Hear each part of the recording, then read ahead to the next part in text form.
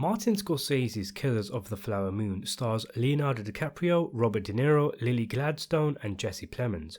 It follows the Osage Nation in the 1920s, a people who were the richest in the world per capita, thanks to oil being founded under their land.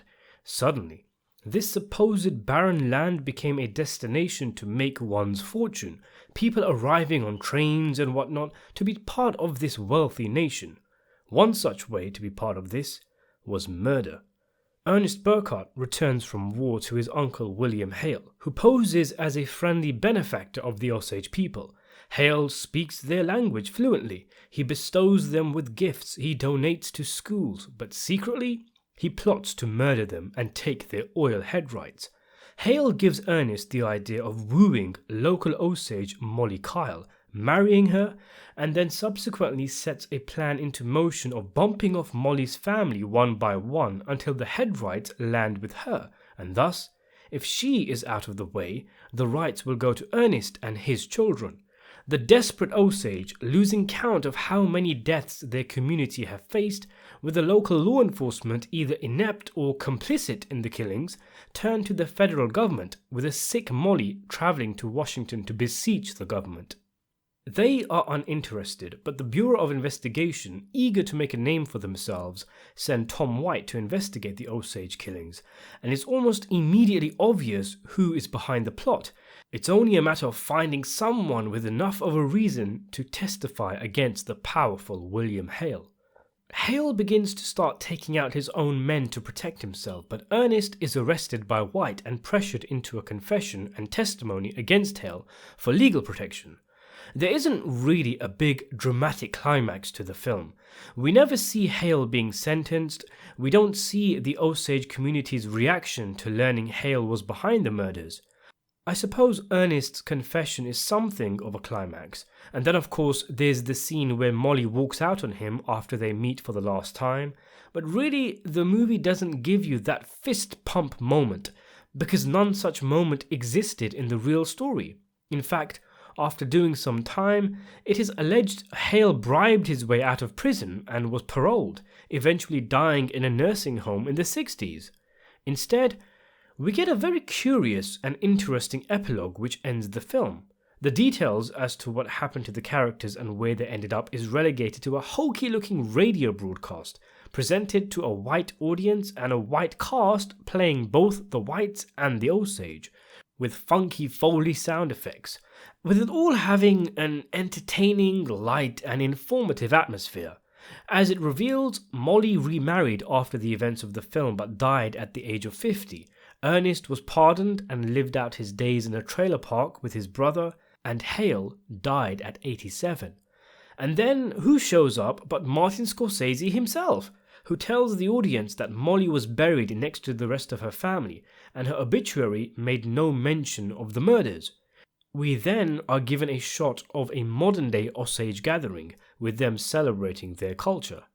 The lack of reference to the events in the film from the obituary speaks to Molly's strength, her refusal to let tragedy define her life, but it also points to a larger issue, that of how quickly these shocking events were forgotten about how, as we know after seeing the film, there was so much more to this woman's life.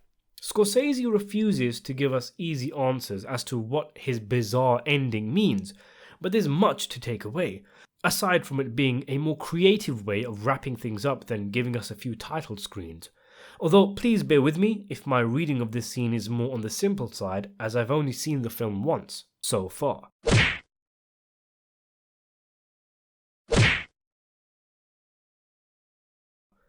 The Osage people were misrepresented, and the history of the events were distorted, so much so that David Grant's novel, which the film is based on, actually shone a light on the atrocities. The book has actually made the events much more well known, and said book was released almost 100 years after the events of the film, and that misrepresentation is present in the radio show.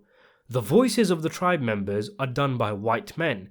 Tom White and the FBI come out looking like heroes, and it feels like a piece of entertainment. It lacks the voice of the Osage. It doesn't speak to their pain or suffering. And we as the audience are able to recognize that. Why?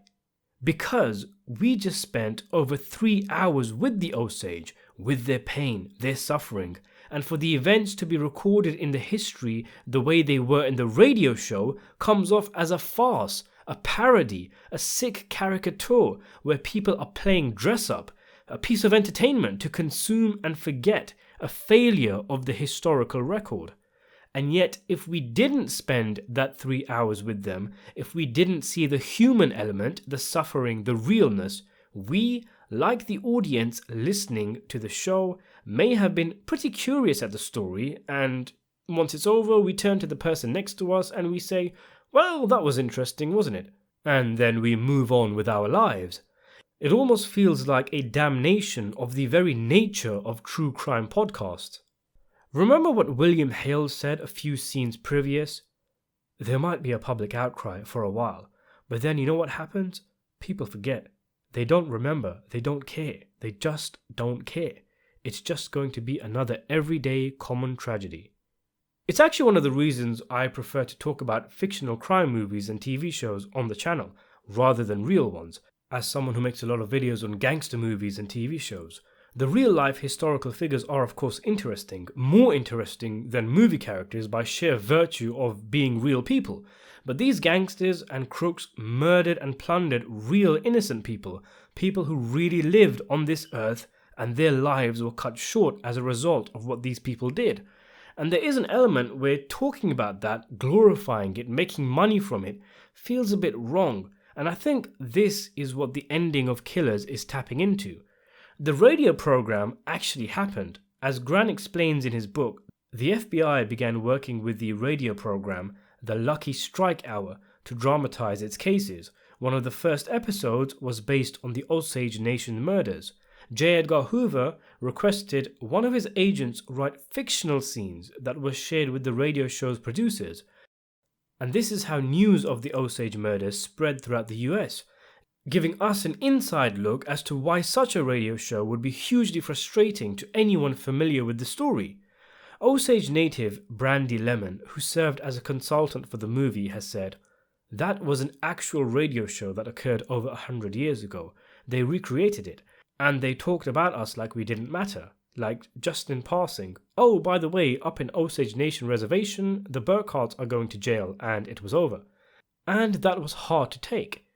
She said she understands if Scorsese's ending catches people off guard, adding, "When you visit with people about it, they're like, why would he do that? Because that's how we were treated, and that's true depiction of what happened."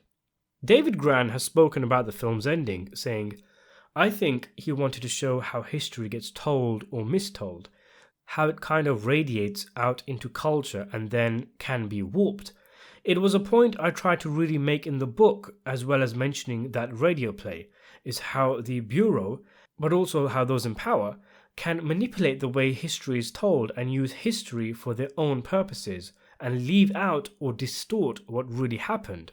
One of the things I tried to underscore in the book was how this history was distorted, and one of the things the Bureau did was they tried to turn this into this big success, and Hoover tried to turn this into a big success after they had apprehended a few of the killers, but there was a much deeper and dark conspiracy that the Bureau never explored." The audience of the radio show, gasping and applauding, are no doubt also an intentional choice. In them, we see ourselves, us watching this presentation of Scorsese, and the audience too watching the actual Scorsese's presentation.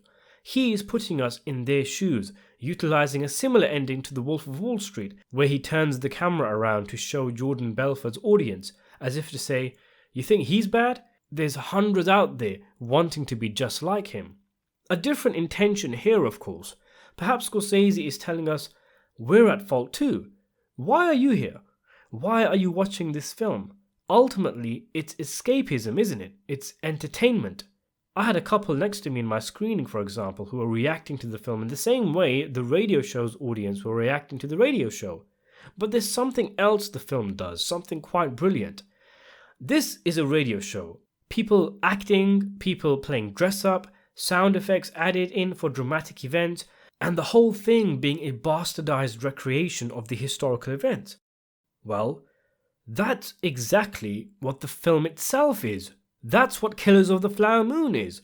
After all the trauma, drama, and turmoil, Scorsese is making an admission that his own movie, good as it is ultimately what this radio drama is. Actors playing dress up, acting out a distorted version of what really happened 100 years ago. Flower Moon is no different from the radio play. It's just got a bigger budget. The play had SFX, and Scorsese did too, building an entire town, period cars, costumes, swapped the Lucky Strike sponsorship out with the Apple TV logo, and what you're left with is something of a parody of Killers of the Flower Moon. That's what this scene is. It's a frank, powerful, and very meta way to end the film, self-reflective in its nature. If Scorsese was deconstructing the gangster film with The Irishman, de-glorifying it from the days of Goodfellas and Casino, here he goes 10 steps further and practically critiques the very art form itself. It's like he took the Catholic guilt presented in so many of his films and expanded it into what we might call white guilt, the guilt at the opportunity to even make this film in the first place, to tell this story which, as an outsider, isn't his to tell. He is doing the same thing the radio show is doing, taking these Osage people's stories and making his own thing with it, and he directly implicates himself. He acknowledges this by inserting himself at the climax of this scene. It's not pretentious, anything but. Without Scorsese in this, it could come off as a hypocritical indictment of the kind of media that finds success in telling these kinds of stories. But Scorsese is saying, it isn't just them, it's me too. It's him reckoning with his role as a filmmaker and as an artist. Perhaps he's saying, I tried to do as much justice as I could, but if this story was told with true justice, it wouldn't be me telling it. And once he says what he needs to say, he steps away and allows the film's final shot to end with the Osage celebrating their culture their own way in the present day. I don't know if this is intentional, but it's a valid interpretation to suggest that maybe even the casting of Jack White as part of the radio team is part of the symbolism. He has built a successful career on blues-inspired rock, the blues being a genre of music whose origins are linked to oppressed black folk in the South. And White has been able to take and mold that art and become successful and influential in his own right. And even his name is White. It's not even about Scorsese being white. Even if an Osage director made the film, they could easily be just as guilty of the same faults. He would still be telling his story, not say Molly's. And so this goes back to the movie's ending being a critique of the very medium itself and the limitations that come with it. His vision as an outsider is limited, as symbolized with him taking a moment to put his glasses on before reading his speech. And I'm sorry that I can't actually show the clips of what I'm talking about. But of course the film has only just come out and those clips aren't available. Even the fact that the radio show is sponsored by a cigarette brand is significant. Tobacco, cultivated by Native Americans, was smoked for cultural and religious purposes. Think back to the movie's opening scene with the pipe. When the Europeans came in, they took the tobacco and monetized it, got rich from it, and perverted it by propagating the cigarette and all of its unhealthy effects. Christopher Coate, an Osage language consultant for the film, spoke about the movie, saying Scorsese did a great job of representing the Osage people, but as an Osage, I really wanted this to be from the perspective of Molly and what her family experienced. But I think it would take an Osage to do that. It isn't made for an Osage audience. It was made for everybody who is not Osage.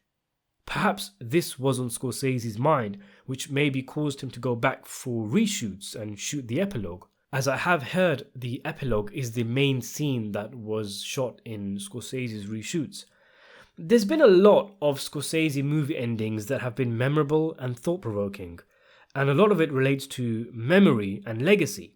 In Gangs of New York, the weeds cover the graves of the characters we saw in the film, forgotten in time. Frank Sheeran isn't even gone yet at the end of The Irishman, and yet he and the world he was a part of is forgotten. The nurse he speaks to not even recognizing the photo of Jimmy Hoffa. And when we remember the story of Molly Burkhart and the Osage Nation, will we remember it right? Or in another 100 years, will Killers of the Flower Moon seem as hokey and biased as this radio show? There's more that can be said, but I think we'll leave it there for today. What did you think of Killers of the Flower Moon's ending? Let me know in the comment section below. Subscribe to the channel, and thanks for watching.